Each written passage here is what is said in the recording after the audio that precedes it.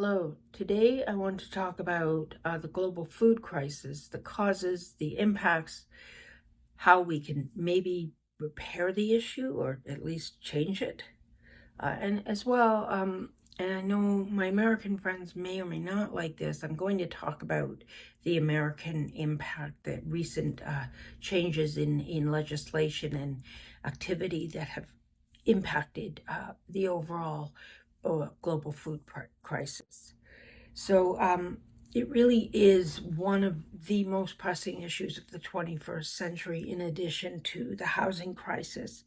Um, it's characterized by escalating hunger and malnutrition rates, and it's driven by this complex interplay of factors that include economic instability, geopolitical conflicts, and changes in legislation.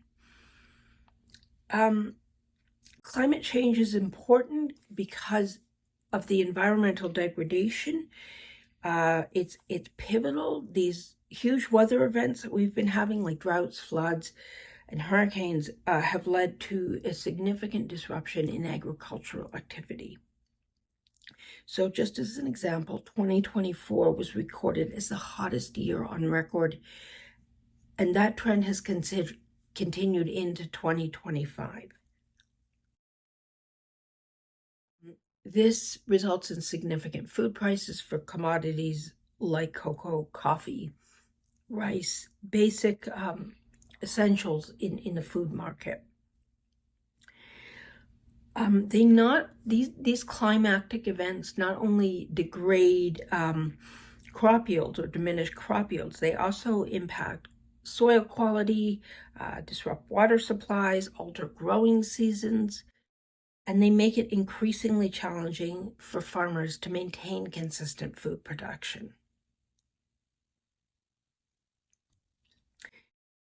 Certain economic factors have impacted the overall global food production, and these include economic instability that was compounded by the COVID-19 pandemic, as well as geopolitical conflicts. Inflation and rising food production costs have made food less affordable, particularly in developing nations. The Russia-Ukraine conflict, just for example, has significantly impacted global food supplies, as both countries are major exporters of wheat and other staples. Supply chain disruptions have led to shortages as well as increased prices, and they disproportionately affect low-income populations. Then, of course, there are the geopolitical conflicts like the Russia-Ukraine war. So wars disrupt agricultural activities, they displace populations, and they hinder access to food markets. And of course, there was the suspension of U.S. foreign aid now in 2025, which has severely disrupted the global hunger relief efforts, leaving over $340 million worth of food and cash aid in limbo and affecting emergency food assistance programs in regions like Sudan and Gaza. These decisions exacerbate existing food crises, and they lead to increased hunger and malnutrition. Poverty is a huge driver of food inequality.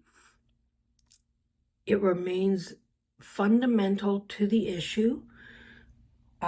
Economic disparities limit access to nutritious food, with impoverished communities often unable to afford sufficient sustenance. The World Food Program reports that over 733 million people face hunger globally, a situation exacerbated by such factors as climate change and conflict. Some of the impacts of this global food crisis are obviously health and nutrition. So we see a high numbers of malnutrition, especially among children. The cessation of U.S. aid has dramatically increase the risk of malnutrition among children and others. And this has done so in vulnerable regions, which in turn has disrupted, through this legislation, has disrupted healthcare practices and services, again, increasing rates of malnutrition. Economic instability is a driving force about food insecurity. So populations who are facing hunger are less productive, and nations are forced to allocate substantial resources to address the immediate needs of hungry individuals, diverting funds from long-term development. Again, the halt in U.S. aid has led to significant economic disruptions in aid-dependent countries, affecting local economies and livelihoods. Social and political stability are, of course, a driver of food insecurity. Persistent food shortages can lead to social unrest, migration, and conflict. So communities competing over scarce resources may experience heightened tensions, potentially escalating into violence. Again, the suspension of aid programs has destabilized regions already vulnerable to conflict, exacerbating social and political tensions. Because of the suspension of foreign aid by the U.S. government in this year, 2025,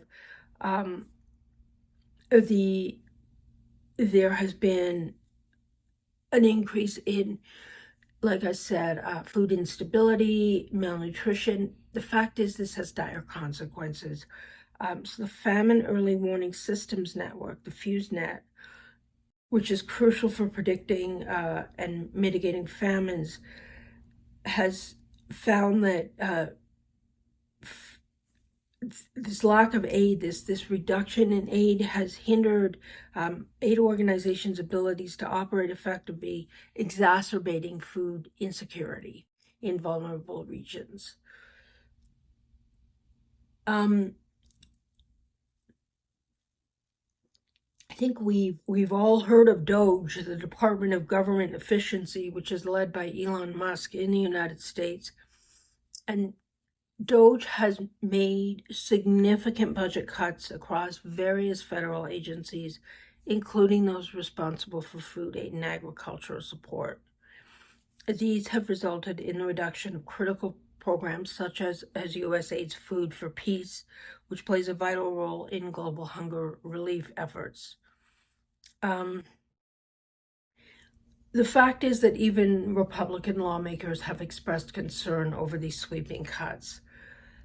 They have negative impacts not just on food aid, but research and the functioning of national parks in the United States, the ability of farmers in the United States to sell their goods. Those who were working with USAID no longer have that major customer.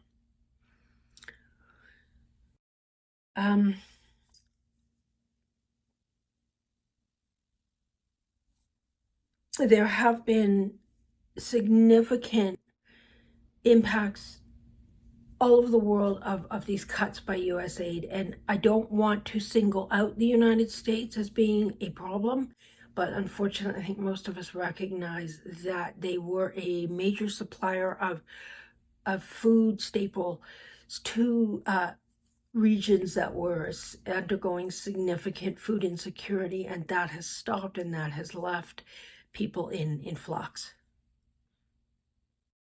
Food for Peace is a program that aims to ensure the continuation of critical food operations. And this has been so even amidst government restructuring. However, DOGE is impacting that significantly. The U.S. Department of Agriculture has been impacted, and yet they are precisely the organization that could support domestic and international food support programs.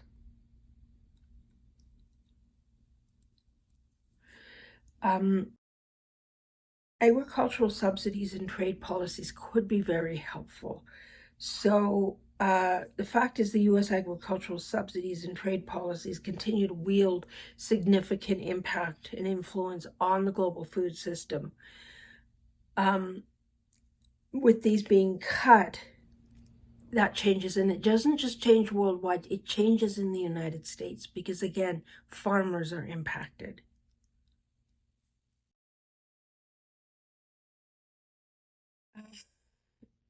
The only ways that we are going to reduce food insecurity in the world are to strengthen international cooperation.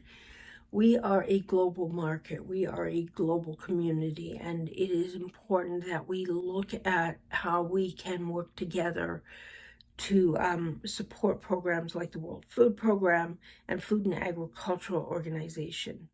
These collaborative efforts are needed to rebuild disrupted food supply chains, to support small-scale farmers and develop resilient agricultural systems. We need to invest in climate-resilient agriculture. Obviously, due to climate change and disruption it has caused in the food market, we need to look at things like drought-resistant crops, sustainable farming techniques, and climate-smart agricultural practices. We need to reform food aid policies. So I think that's kind of self-explanatory, but we need to look at making food more available. We need to look at bringing it to areas where food insecurity is high, not kind of keeping it all for ourselves in any one country and then not exploring how that would work for others. And by the way, if you're enjoying this video, I ask that you hit share, hit subscribe, and like. And remember, it may not be important to you, but it's really important to me. With that, I say we have some issues that we need to look at, like basically addressing this overall food insecurity issue, and we need to look at making food available to everyone, not just the wealthy few. Programs like USAID, when they experience these huge dramatic budget cuts, they impact the global food supply very quickly. Malnutrition increases, as I said, and the whole situation kind of falls apart. The United States has been traditionally a huge supplier of basic crops worldwide, and this is obviously changing. Humanitarian assistance is important. It's what makes us human.